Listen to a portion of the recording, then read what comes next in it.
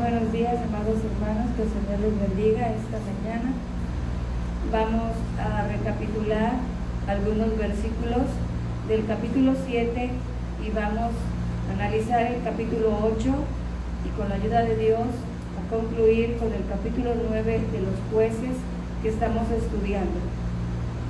Vamos a hacer una breve oración en esta mañana y así vamos a dar inicio a nuestra enseñanza de escuela dominical del día de hoy. Amén. Vamos a venir en oración. Padre, te damos gracias en el precioso nombre de Jesucristo, tu Hijo, Señor, porque nos has dado fuerza y como dice tu palabra, hasta aquí nos has ayudado, Jehová. Te rogamos y suplicamos, Padre, en el nombre de Jesús, que tu Santo Espíritu, Señor, nos dirija en la enseñanza.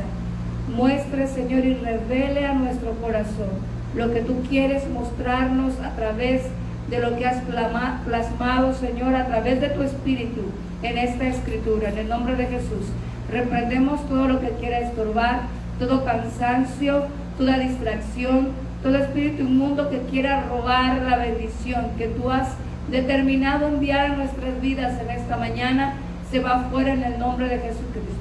Todas las cosas queden sujetas en obediencia al poder de tu palabra, en el nombre de Jesucristo. Mi vida está en tus manos. Usa mi boca, usa, Señor, mi vida para gloria de tu nombre y bendición de tu pueblo, en el nombre de Jesús. Los que me están acompañando con el estudio allá en sus hogares, espero tengan su Biblia abierta, algún lapicito con el cual marcar los versículos importantes o destacados en este estudio. Y quizás muchos de ustedes se preguntaron por qué quedó inconcluso y solamente se tomó una frase del capítulo 8.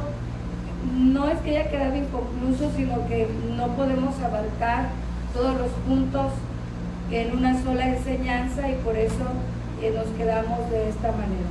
Hoy vamos a analizar el capítulo 8 y para ello necesitamos recapitular los versículos del capítulo 7 y vamos a dar lectura en el nombre del Señor del versículo 22 al 25 y dice la Escritura: y los 300 tocaban las trompetas y Jehová puso la espada de cada uno contra su compañero en todo el campo, y el ejército huyó hasta Bet-sita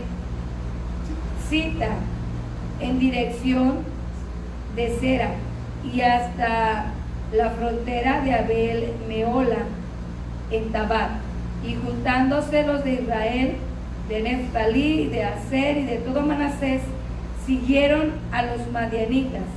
Gedeón también envió mensajeros por todo el monte de Efraín diciendo: descended al encuentro de los madianitas y tomad los vados de Bet-bara y el Jordán antes que ellos lleguen. Y juntos todos los hombres de Efraín tomaron los vados de Bet-bara y del Jordán, y tomaron a 2 príncipes de los madianitas, Oreb y Seb, y mataron a Oreb en la peña de Oreb, y a Seb lo mataron en el lugar de Seb.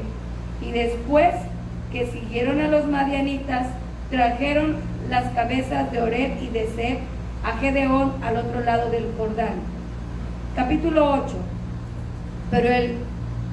Pero los hombres de Efraín le dijeron: ¿qué es esto que has hecho con nosotros, no llamándonos cuando ibas a la guerra contra Madián?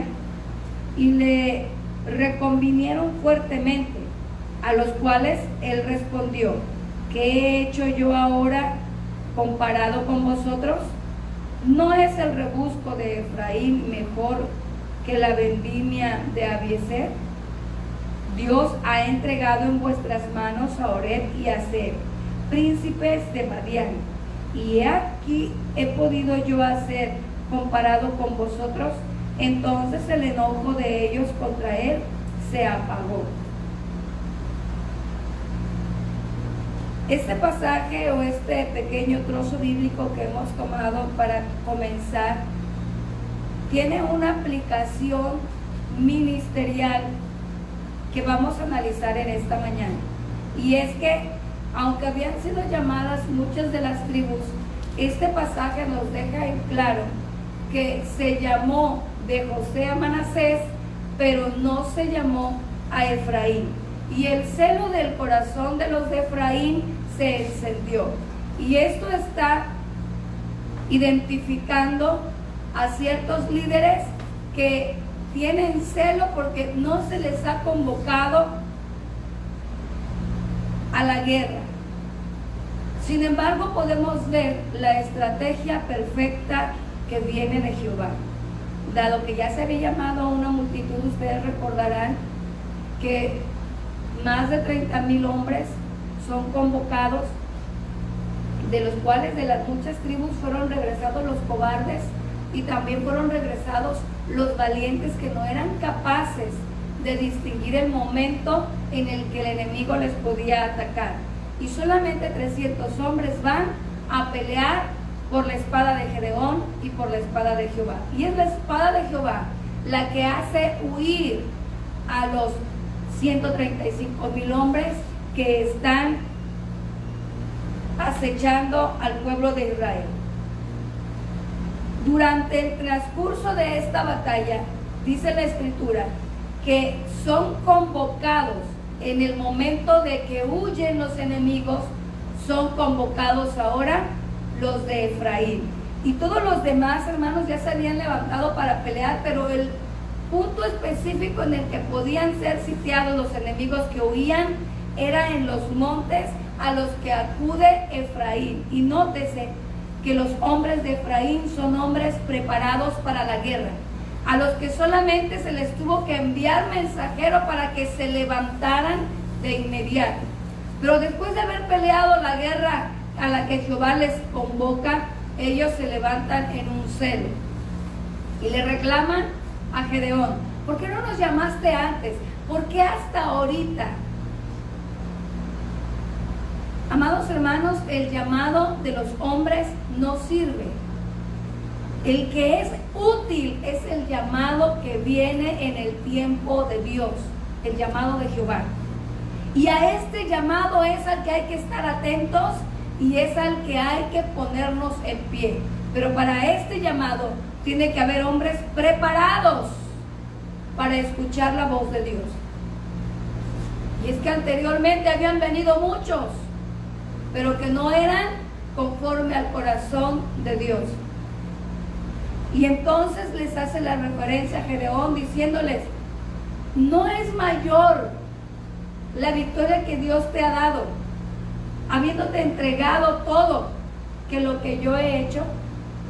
Aunque no podemos menospreciar lo que Dios hizo con solo la dirección de Gedeón y 300 hombres, y lo que ahora la rama fructífera de José, que es Efraín, había hecho con todos estos enemigos. Pues declara en el capítulo 8 la Escritura que 120,000 hombres murieron en esta ocasión, habiendo levantado Jehová la espada de su compañero contra los mismos madianitas, y ahora también habiendo levantado la espada de Efraín contra ellos, son muertos los príncipes Oreb y Seb. Aún quedan 2 príncipes más por derrotar, pero queda en claro, amados hermanos, que el celo que se había levantado en el corazón de Efraín no era bueno ni agradable. Por eso lo enfoco hacia el ministerio. Y es que muchas veces nosotros queremos que desde el principio se nos sea tomado en cuenta, porque creemos que somos capaces, somos llamados y tenemos en nosotros la capacidad. No es nuestra fuerza, no es nuestra capacidad, no es nuestra elocuencia. Amados hermanos, esperemos el tiempo de Dios. Pero si estás notando que el tiempo de Dios está moviendo tus entrañas a trabajar en esta guerra espiritual para la cual hemos sido convocados, entonces no te quedes. Ve a los rebuscos, ve a la victoria, ve a cobrar lo que el Señor nos está entregando. Levántate, ministro de Dios. Levántense hombres y mujeres que son llamados a la victoria en el nombre de Jesús. Deje fuera todo celo, toda contienda, toda malicia del corazón en pensar, ay, porque no me llamaron antes, ahora que no cuenten conmigo. No, de ninguna manera, no es el plan de Dios.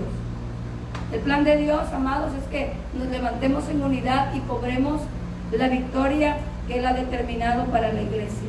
Y para esto se necesita de liderazgo, de ministerios, de hombres de Dios, de gente que es guerrera de Dios. Levántense todos, amados. Si del principio no acudiste al llamado, porque el llamado no es de los hombres. Y la mayoría de las iglesias que hoy estamos trabajando de esta manera, mandando un mensaje a través de este medio de comunicación, porque no podemos congregarnos, porque la situación es difícil. No pienses en tu corazón que a ti no se te ha tomado en cuenta, porque los que estamos participando somos los que hemos puesto en nuestro corazón hacerlo para la gloria de Dios. Pero si tú también tienes el llamado, entonces ponte en pie y trabaja también para la gloria de Dios. Únete al trabajo que este ministerio demanda y dale la gloria al Rey de Reyes y Señor de Señores, que es quien ha puesto en ti el querer como el hacer por su buena voluntad, el que ha puesto en ti el llamado y el nombramiento. Porque si de ti viene, hoy vamos a ver en el capítulo 9, de nada te va a servir, de nada te va a respaldar, pues el respaldo que conviene al ministro de Dios viene de lo alto, del Padre de las luces, en el cual no hay sombra de variación. Y vamos a ver los siguientes versículos del capítulo 8, después de esta frase célebre que tocó mi corazón, que dice que ellos iban cansados, mas todavía persiguiendo, y piden ayuda, alimento a los de Sucot. Pero los de Sucot les niegan la ayuda, diciéndoles: los príncipes que tú persigues aún no están en tu mano, así es que ¿quién eres tú para pedirnos que te confortemos?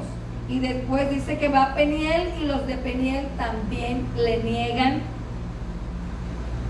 a Gedeón y a sus 300 hombres el alimento, porque ellos aún no han alcanzado la completa victoria. Aún así, amados, este pasaje nos declara que Gedeón no se detuvo, siguió persiguiendo a los enemigos y le declaró a los que no quisieron ayudarle: en algún momento voy a regresar con la victoria y voy a también a cobrar de ustedes por no haber extendido su mano al ejército que Jehová ha enviado. Y dice la Escritura que tal como Jehová le había prometido a Gedeón la victoria, él cobra victoria tomando a los pocos para Jehová ya 15,000 hombres que acompañaban a Seba y a Salmuna, los príncipes que quedaban de los madianitas. Dice la Escritura que él los toma en el versículo 15, porque el ejército no estaba en guardia. Estaban tan cansados por ser perseguidos, tan turbados de lo que Jehová había hecho con ellos allá en el punto de batalla, que ya no estaban en guardia. Ellos solamente querían escapar de la mano de Gedeón y no pensaron que él los perseguiría. Sin embargo, aún cansado, Gedeón con sus 300 hombres los persiguió hasta alcanzarlos y los asoló, los destruyó, no solo por su espada, sino porque la espada de Jehová ya le había declarado a Gedeón que haría vueltas a todo el campamento y no quedaría nada de ellos. Y antes que se ocultara el sol, dice este relato, antes de que se terminara el día, regresa Gedeón a los hombres de Peniel y a los hombres de Sucot y les hace como les ha prometido. A los de Sucot, dice a los líderes, tomando una lista de todos ellos, los trae y los rastrilla con abrojos, les lacera la piel como les ha prometido, por no haber ayudado al ejército de Dios. Y a los siguientes dice, los destruye a espada, son destruidos en Peniel, son muertos, por cuanto tuvieron en poco lo que Jehová había declarado haría por la mano de Gedeón. Amados hermanos, eso también tiene aplicación en cuanto a lo espiritual. Y quiero que enfoquemos la actitud que tuvo Gedeón. Porque es increíble, pero aún dentro de los ministerios, no hablando solamente del pueblo en general, aún dentro de los ministerios, hay hombres y mujeres que se dicen de Dios, que en cuanto se les es negado algún apoyo, alguna ayuda que ellos demandan de alguien más, se desalientan y tiran el ministerio porque alguien no estuvo para apoyarles. Amados hermanos, nosotros no somos llamados, una vez más reitero, por el hombre, somos llamados por Dios. Y cuando Dios ha prometido que hará algo en nuestras vidas, confiemos en Dios y no esperemos de la mano de los hombres. Miren, le voy a contar esto. Cuando yo leo la escritura, todo se va relacionando con el tiempo que Dios nos va permitiendo vivir. Y en este tiempo, en el grupo de mujeres de la iglesia se ha levantado un deseo por interceder de madrugada. Al principio se dijo a las 5 de la mañana, dijo por ahí alguna hermana, y las demás secundaron y dijeron amén, vamos a orar a las 5 de la mañana. Pero en este mover el Espíritu de Dios despierta algunas mucho más de madrugada. Y en esta convocatoria nosotros no podemos reunirnos en un punto en específico porque no hay un santuario abierto, pero levantamos un santuario en nuestro hogar. Sin embargo, los llamados a veces son a las 3 de la mañana, a las 4 de la mañana, y muchas apenas estamos haciendo nuestra oración o levantándonos a las 4:15 o 5 de la mañana. Y yo analizaba esto y decía, ¿será que se vaya a desalentar mi hermana que se levanta a las 3 de la mañana y dice, hermanas, levántense, nos está llamando el Señor? Y yo veo día con día que ella sigue en pie, clamando en el momento que el Espíritu de Dios le ha despertado. La recompensa, hermano, viene de lo alto. El que responde el clamor está en los cielos. Su trono es trono de gloria, que no es traspasado, que no se muda, sino que permanece para siempre. De manera que veo claramente que su corazón no se desalienta, sino que queda en espera de las demás que hemos de ser despertadas por el Espíritu de Dios. Esto pasó con Gedeón. O tú no me ayudas, tú no accedes a mi convocatoria, no importa, mi llamado y la promesa vienen de arriba. El que me llamó me prometió que estaría conmigo para entregarme la victoria, y Él lo va a cumplir, porque no es hombre para que mienta, ni tampoco para que se arrepienta. Él dijo y Él hará. La promesa a nuestras vidas vienen de esta santa palabra, inspirada por el Espíritu de Dios, aliento de Dios, el cual se cumple, es vivo y eficaz y más cortante que cualquier espada de 2 filos. Esta palabra viva y eficaz, viva, que permanece, eficaz, que se cumple, es la que tiene que obrar en nuestros corazones.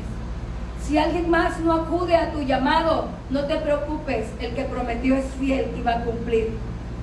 Veo a Gedeón parado en aquella fe que se ha acrecentado con cada confirmación de parte de Dios. No solamente lo que yo sé que Dios hará, sino lo que también ya mi enemigo tiene declarado va a recibir por cuanto se ha levantado contra el Dios vivo. Los enemigos no se levantan contra nosotros, se levantan contra aquel que está sobre nosotros. Y Él no nos dejará sin la victoria prometida. De manera, hermano, de manera, iglesia, que no desfallezcas, no te detengas, aunque te sientas cansada. Acuérdate que nuestro refugio es el Dios de Jacob. Acuérdate que el que nos da descanso para nuestro ser, el que alienta nuestra alma, sacia nuestra sed con su Espíritu Santo, es Jehová de los ejércitos a través de Jesucristo su Hijo. Y por el poder de su Espíritu Santo es que nosotros podemos mantenernos en pie y cobrar la victoria que Él ya tiene preparada para nosotros. Es el tiempo, hermano, de desolación en las iglesias. Tiene que ser un tiempo de avivamiento en nuestros hogares. Porque estábamos acostumbrados a venir al templo y a ser avivados y volvernos a llevar a la casa la misma desolación, porque allá no buscan la presencia de Dios. Y qué bien me siento en la casa de Dios, pero qué mal y qué difícil es buscar su presencia en el hogar. Hoy no es así. Hoy tiene que haber el cambio en nuestras vidas espirituales. Y es que tenemos que cobrar en nuestro territorio la victoria que el Señor ha prometido. El avivamiento tiene que acrecentarse en el hogar, ahí en nuestras casas, con nuestros hijos. La pelea tiene que brotar de nosotros para defensa de nuestros hogares, y que el Espíritu de Dios se mueva una vez más con potencia y con gloria en nuestras casas, que deben convertirse, como dijo Jacob, en casa de Dios y puerta de los cielos. Hay que levantar el altar allí, hay que glorificar el nombre del Señor allí, pero también hay que acudir al punto de la batalla, hay que correr al llamado del Señor para que también podamos ser partícipes de la gloria que el Señor ha dado al pueblo victorioso. Dice la Escritura en este pasaje, en el capítulo 21, que Seba y Salmuna le pidieron a Gedeón que fuera él quien los matase, porque Gedeón le había dado la orden a su hijo, que era muy joven, dice, y era muchacho. Le había dado la orden de que cobrara la victoria y que los matase, mas el muchacho tuvo miedo. Y entonces Seba y Salmuna declaran: mátanos, levántate tú y mátanos, dice el versículo 21. Y escuche la frase: porque como es el varón, tal es su valentía. Y aquí podemos ver dos cosas. Una, que el muchacho aún no era valiente, tal vez porque era joven, aunque podemos descartar esto, dado que David era joven, pero sí era valiente. Seba y Salmuna están declarando y diciendo: él es cobarde y también al atacarnos podría fallar. Mejor tu espada, porque será certera, pues tal es, fíjese, porque como es el varón, tal es su valentía. Y una vez más recae el llamado sobre los hombres, como a Dios le agrada que el varón sea cabeza de su hogar. Y es que tal la conducta y comportamiento del varón, así es su valentía. Observe la conducta del varón en casa, su integridad, el caso de Josué, su obediencia a Dios, así es su valentía contra las huestes espirituales. ¿Cómo te estás parando delante del enemigo? En el hogar, hermano, es necesario. Y aquí podemos ver la segunda aplicación de estos versículos, que muchas veces queremos incitar a los hijos a que caminen en la ley de Dios, cuando nosotros los padres estamos lejos de hacerlo. Cuando el ejemplo paterno no es el indicado para que ellos sigan el correcto ejemplo. Y es que dice una frase en lo secular, que pega más fuerte un ejemplo que muchas palabras, que trabaja mejor el ejemplo que las muchas enseñanzas. Los hijos siguen los caminos de los padres, la gran mayoría de ellos, los que no son entendidos para comprender el mandamiento de Dios. Varón en casa, tú eres parte de la iglesia, pero no solamente una parte común, sino que eres un príncipe en tu hogar. Y esto no es solamente para señorío y dominio, sino para dirección, para instruir en el hogar. De esta manera se levanta el valiente Gedeón para derrotar a Seba y a Salmuna y mostrarle a su hijo cuál debe de ser su conducta. Los muchachos a veces son temerosos porque quieren sentirse bien con el mundo. Pero si nosotros como padres somos capaces de enseñarles que esto es, buscar a Cristo es lo mejor, es la mejor manera de vivir, la mejor conducta que podemos tomar en nuestras vidas, ellos van a aprenderlo de esa manera. ¿Sabe cómo aprendí yo a mantener una conducta recta delante de Dios, tanto en el templo, en la calle y en mi casa? Lo aprendí de mis padres. Mis padres no decían majaderías en la casa porque no estaban los hermanos de la iglesia, no, de ninguna manera. A nosotros no se nos insultaba con majaderías ni con palabras obscenas, jamás. Siempre se nos llamó la atención con palabras rectas, con la escritura. Lo aprendí de mis padres, hermano. Si hoy camino en Cristo a pesar de todo lo que me rodeó en la escuela, es porque lo aprendí de mis padres. Es porque hubo un varón, una figura paterna que nos guió todos los días de nuestras vidas. En él vimos el levantarse muy de mañana para ir a los pies de Cristo. En él vimos el tomar un estudio bíblico aunque no se estuviera dando en la iglesia. Con él aprendimos a tener un devocional. Con nuestra madre aprendimos el respeto a nuestro padre, aun cuando él estuviera sirviendo al Señor fuera. De ella no salía una palabra para ofenderle cuando él no estaba, no, de ninguna manera. Porque tal es el varón, tal es su valentía. Ojalá que esta frase te destaque a ti el día de mañana en el corazón de tus hijos. Que puedan ellos contarle a otros. Mi padre lo puedo describir como a Job, varón apartado del mal, que no dice una cosa y hace otra, que su conducta es dudosa. No, dice la escritura por el apóstol Pablo también, dice, analicen la conducta de sus líderes, de sus pastores, y si es digno de imitar, imítenla, imiten su fe. Y Pablo dijo también, imiten mi fe, imiten mi conducta porque yo imito a Cristo. Ojalá que eso sea lo que destaque a cada uno de los varones de la iglesia en este tiempo.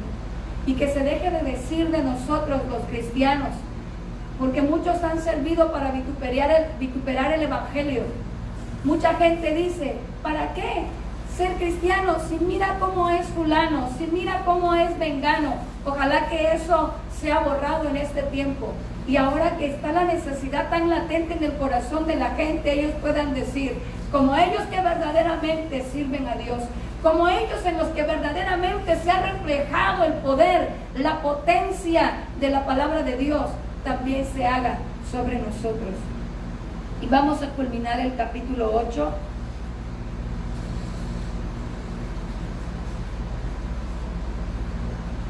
En los versos 34 y 35, aunque hay otro enfoque por aquí que más adelante vamos a analizar, dice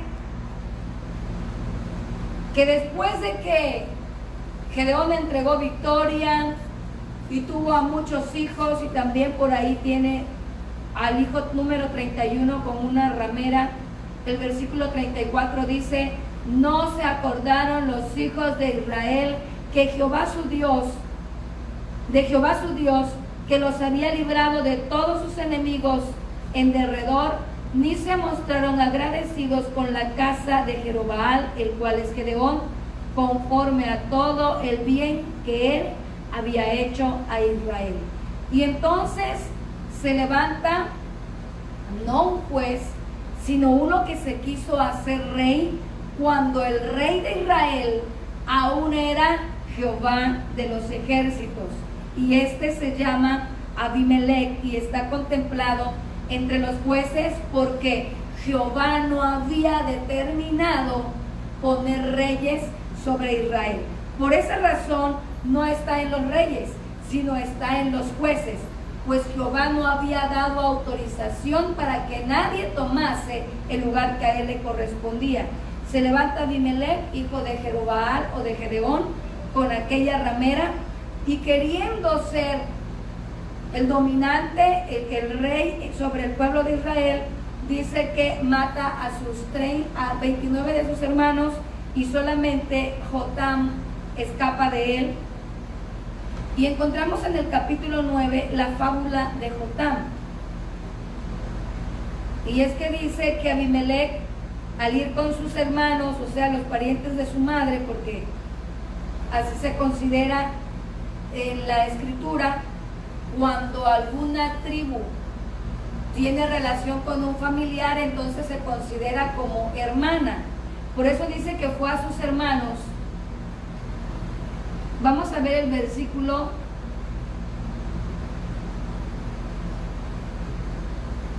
4. Y le dieron 70 siclos de plata del templo de Baal-Berith, con los cuales Abimelech alquiló hombres ociosos y vagabundos que le siguieron y vinieron a la casa de su padre en Ofra. Mató a sus hermanos, los hijos de Jerobaal, 70 varones sobre una misma piedra, pero quedó Jotam, el hijo menor de Jerobaal.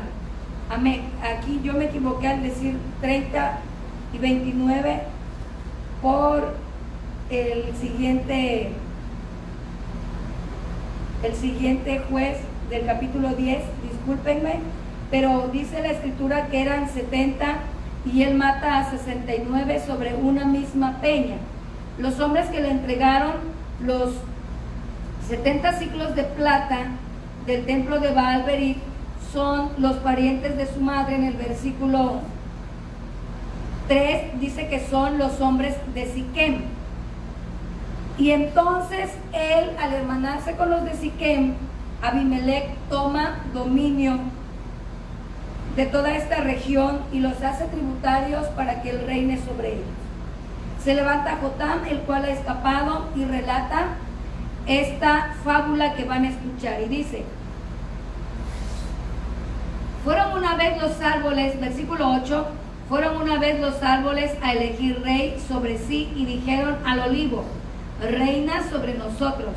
Mas el olivo respondió: he de dejar mi aceite con el cual en mí se honra a Dios, y los hombres para ir a ser grandes sobre los árboles. Y dijeron los árboles a la higuera: anda tú, reina sobre nosotros. Y respondió la higuera: he de dejar mi dulzura y mi buen fruto para ir a ser grande sobre los árboles. Dijeron luego los árboles a la vid: pues venid tú, reina sobre nosotros. Y la vid le respondió: he de dejar mi mosto que alegra a Dios y a los hombres para ir a ser grande sobre los árboles. Dijeron entonces todos los árboles a la zarza: anda tú, reina sobre nosotros. Y la zarza respondió a los árboles: si en verdad me elegís por rey sobre vosotros, venid, abrigaos bajo de mi sombra, y si no, salga fuego de la zarza y devore a los cedros del Líbano. Y está dando a entender con esta fábula, o este tipo de figuras, Jotam, que no quisieron los grandes tomar gobierno. Y es que si se da cuenta, hablando de el olivo, la vid, y dice también la higuera, son tres tipos de árboles sagrados considerados en la Biblia. Y es que la vid se usa para libación en las ofrendas del altar. El aceite del olivo se usa para consagración, hablando del santuario. Y si vemos a la higuera, es un lugar específico donde se levantaron altares a Jehová y donde también se le ha aparecido en diferentes ocasiones el ángel de Jehová al pueblo. Y es considerado un fruto que alienta en medio del desierto. Tipos del Espíritu de Dios. El Espíritu de Dios trae a nosotros frutos que nos alientan. El Espíritu de Dios trae unción que nos levanta. Y el Espíritu de Dios trae gozo que restaura nuestro ánimo y nos hace estar en pie. Pero en esta ocasión dice, ninguno de ellos quiso tomar reinado sobre los árboles del Líbano, sino que se levantó y se le dio lugar a la zarza, que les dice, bueno, entonces, grandes árboles, abríguense bajo mi sombra. ¿Qué sombra puede tener? La diminuta y escasa zarza, la cual es seca, así la describe la Escritura, y espinosa, y que es chaparrita y no puede dar cobertura. Está declarando en la fábula Jotam que ellos se acercaron a la persona menos indicada y la pusieron en gobierno cuando Dios no lo había levantado, y se toma como la maldición de Jotam cuando él declara, salga fuego de la zarza, porque lo que ocurría a las zarzas en el desierto es que por el mismo calor ardían y rápidamente se consumían, pero dice la Escritura aquí, en la maldición, ese fuego consuma a los árboles. Más adelante esto se cumple, no porque sea palabra de Jotam, sino porque por el Espíritu de Dios fluye en la boca de Jotam. Analice que nada que sea injusto, Jehová lo pasa por alto. Por eso Jotam dice en el versículo 20, 19, si con verdad y con integridad habéis procedido hoy con Jerobaal, con su casa, que goce Abimelech, que gocéis de Abimelech y él goce de vosotros, y si no, fuego salga de Abimelech y consuma a los de Siquem y a la casa de Milo, y fuego salga de los de Siquem y de la casa de Milo, que consuma a Abimelech. Y esto se cumplió, pues más adelante es Abimelech quien sitea, quien hace sitio sobre Siquem y los destruye, y también ellos se levantan contra Abimelech y lo destruyen. ¿Por qué? El versículo 23 declara que el asunto estaba en manos de Jehová. Envió Dios un mal espíritu entre Abimelech y los hombres de Siquem, y de ahí se levanta un hombre que se llama Gaal, el cual comienza todo el conflicto. Amados hermanos, esto es seguro. Para todo aquel que quiera levantarse un espíritu de soberbia en el corazón, no te levantes porque creas que tú eres el indicado. No, levántate porque sabes que el Señor te ha llamado. Que el respaldo a cualquier ministerio, llámese como se llame, al ministerio del pastorado, del apostolado, del magisterio, ministerial de cualquier tipo, cualquiera de los 5 ministerios necesitan el respaldo de Dios. No es evangelista el que grita mucho, no. Los 5 ministerios requieren de la guianza del Espíritu de Dios. No es nada más decir, y yo soy apóstol, porque el apóstol Pablo dice que el sello de su apostolado eran un grupo de iglesias. Ahora, hermano, de esta manera como se está enseñando a través de este medio, es tan fácil encontrar cualquier sarta de predicadores.